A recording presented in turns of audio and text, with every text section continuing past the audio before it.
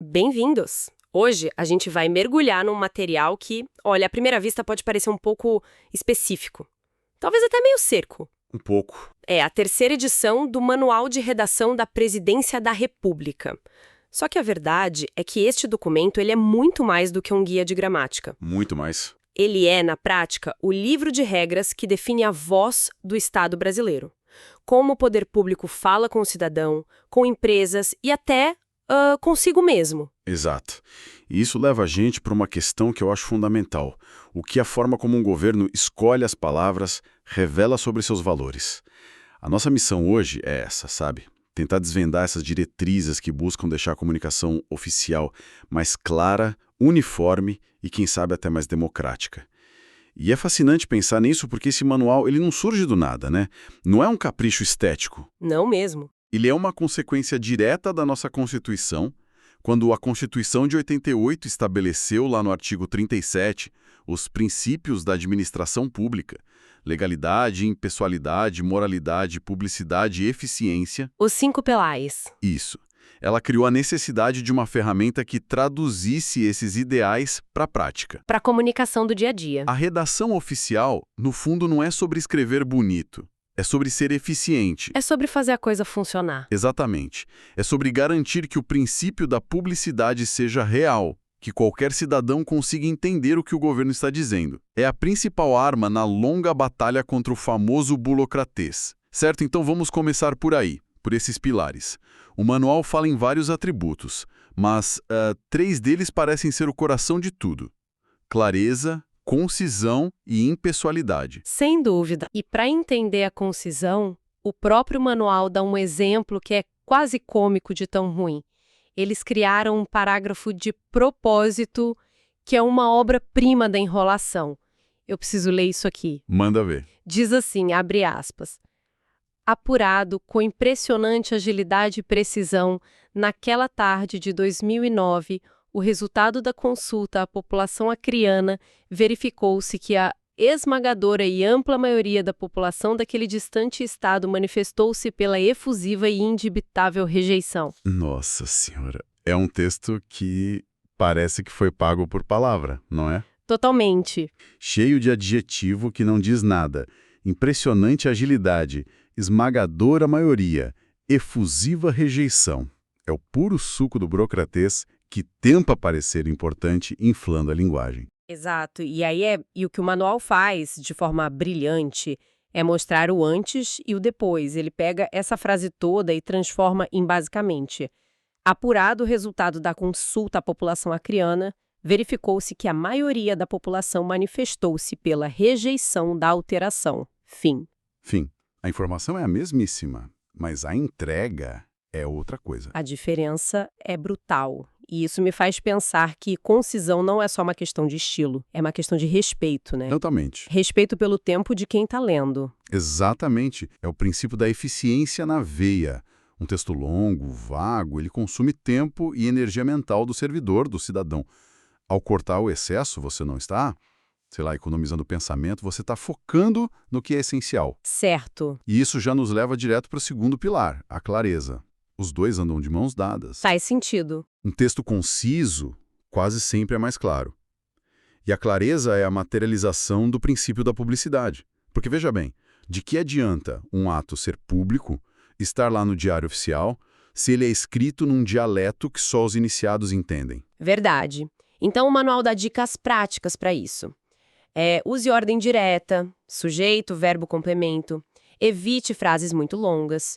Use a pontuação para guiar, não para confundir. E o terceiro pilar, a impessoalidade. Esse talvez seja o mais filosófico. A ideia de que quem escreve não é a pessoa, é a instituição. Mas essa busca por uma voz única, neutra, não corre o risco de deixar a comunicação do governo meio robótica? Sem alma? Essa é uma ótima pergunta e o manual tenta equilibrar isso. Impessoalidade não significa uma comunicação fria ou desumana. Significa que a comunicação tem que ser isenta de impressões individuais, de partidarismo, de opinião pessoal. Entendi. O servidor, ao redigir um ofício, ele não fala por si, ele fala em nome do cargo. O objetivo é a uniformidade. Uma portaria do Ministério da Educação e uma instrução da Receita Federal têm que soar como se viessem da mesma entidade, o Estado brasileiro. Isso gera confiança, imagino. Previsibilidade e confiança. O foco não é a personalidade de quem assina, mas o interesse público. É uma barreira contra o personalismo na administração pública. Entendi os princípios de clareza, concisão, impessoalidade, mas na minha cabeça isso ainda é meio abstrato. Como isso vira um documento de verdade? Daqueles com carimbo. É aqui que entra o tal do padrão ofício. Exatamente. O padrão ofício é a aplicação prática de tudo isso. E essa foi uma das maiores e mais inteligentes simplificações desta terceira edição do manual.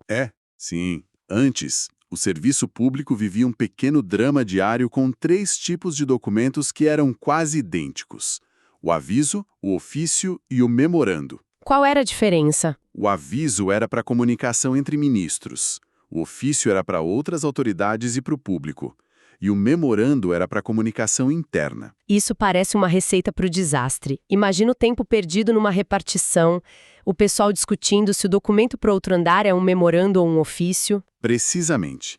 Era uma burocracia inútil, uma complicação que não agregava valor nenhum. A nova regra unificou tudo. Tudo virou uma coisa só. Uma coisa só. Seja para falar com um ministro, com um diretor de outro órgão ou com um chefe da sala ao lado, o documento agora é um só: o ofício. O que muda é apenas o tratamento que você usa no texto. Nossa, que alívio! É um golpe direto na burocracia pela burocracia, liberando tempo e energia para o que realmente importa, que é o conteúdo. Faz todo sentido. E como é a anatomia desse ofício padrão? Quais são os detalhes que o definem? A padronização é levada a um nível impressionante de detalhes. Começa lá no topo, o cabeçalho. Ele só existe na primeira página e deve ter apenas o brasão de armas da República, centralizado. Só o brasão. Apenas. O manual é muito claro. Proíbe logotipos de ministérios, de secretarias, de autarquias. A mensagem é: quem fala que é a República Federativa do Brasil, não uma parte dela. A instituição específica é identificada logo abaixo, à esquerda, no número do documento. Tipo, ofício número 2023-2024, Gabi Mec. Isso por si só já é uma declaração de princípios, né? E os outros detalhes? Tipo, data, fonte... Por que se preocupar tanto com isso? É a busca pela uniformidade absoluta. O manual especifica que a data e o local ficam alinhados à direita, com o mês em minúsculo e um ponto final obrigatório. Brasília, 5 de agosto de 2024. Ponto. Certo. O assunto vem em negrito, os parágrafos do texto a partir do 3º são numerados, o recuo do parágrafo é de exatos 2,5 centímetros, as fontes recomendadas são calibre ou carlito. Mas por que tanto detalhe? O motivo é psicológico e prático. Quando todo documento oficial tem a mesma cara, a mesma identidade visual, a atenção de quem lê vai direto para o conteúdo, não para o formato. Remove a individualidade de quem formata e reforça a ideia de que quem fala é a instituição. Não há espaço para criatividade no formato, porque a criatividade tem que estar na solução dos problemas, não na aparência do papel. Ok, essa parte da formatação é fascinante. Mas agora a gente chega num ponto que para mim sempre foi um campo minado: os pronomes de tratamento, os vocativos. Sempre pareceu que existia um código secreto para saber como se dirigir a uma autoridade. O manual simplificou isso. Simplificou de uma forma radical e muito bem-vinda. Ele promoveu uma verdadeira limpeza em hábitos antigos. A regra de ouro é a seguinte: os tratamentos digníssimo, o famoso DD, e ilustríssimo, o Ilmo. Espera aí! Sério? Então o ilustríssimo senhor fulano de tal morreu de vez. Morreu e foi enterrado. O manual argumenta, com muita razão, que dignidade e ilustração são qualidades que se espera de qualquer servidor. Não precisa mencionar. A formalidade já vem com um pronome de tratamento adequado, como senhor ou senhora. Isso é uma pequena revolução. É quase um ato de democratização da linguagem. É exatamente isso. É remover uma camada de formalidade arcaica, que soava quase como uma reverência de súdito. A comunicação fica mais direta, mais republicana. E o vocativo, a mesma lógica. Aquele tratamento superlativo, excelentíssimo senhor, agora é restrito a pouquíssimas pessoas. Os chefes dos 3 poderes, Presidente da República, do Congresso e do STF. Isso. Para todas as outras autoridades, ministros, senadores, deputados, juízes, o correto é simplesmente senhor ministro, senhora senadora, senhor juiz. De novo, direto, respeitoso e sem pompa desnecessário. E para fechar o documento, lembro de ver de tudo, de saudações cordiais a umas coisas super rebuscadas. O código foi decifrado e jogado fora.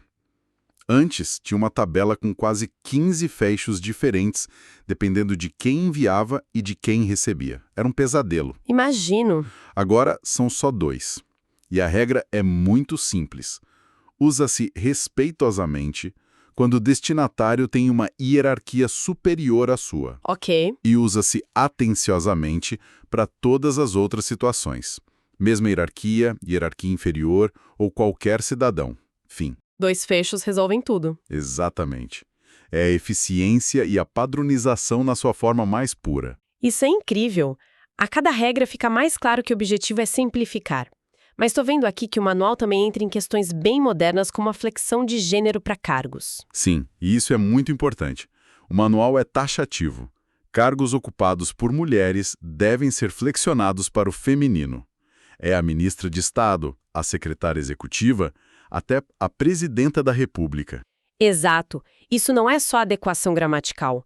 É o reconhecimento na linguagem oficial da presença e da importância das mulheres em todos os níveis de poder.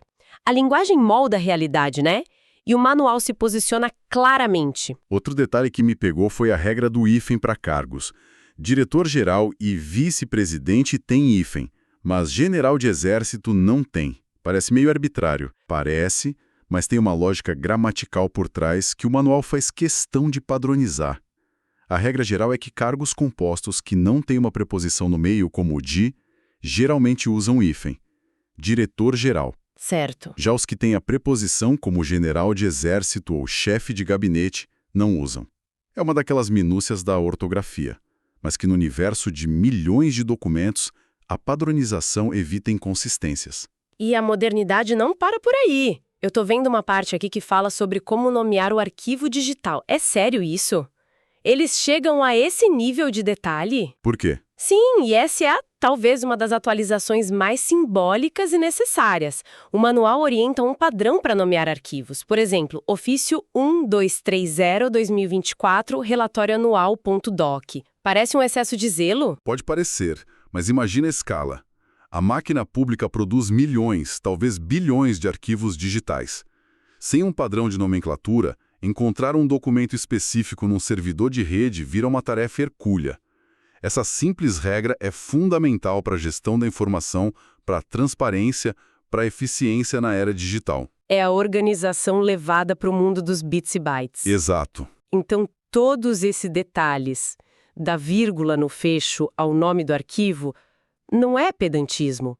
São peças de uma engrenagem maior. De forma alguma. São a materialização do esforço de padronização.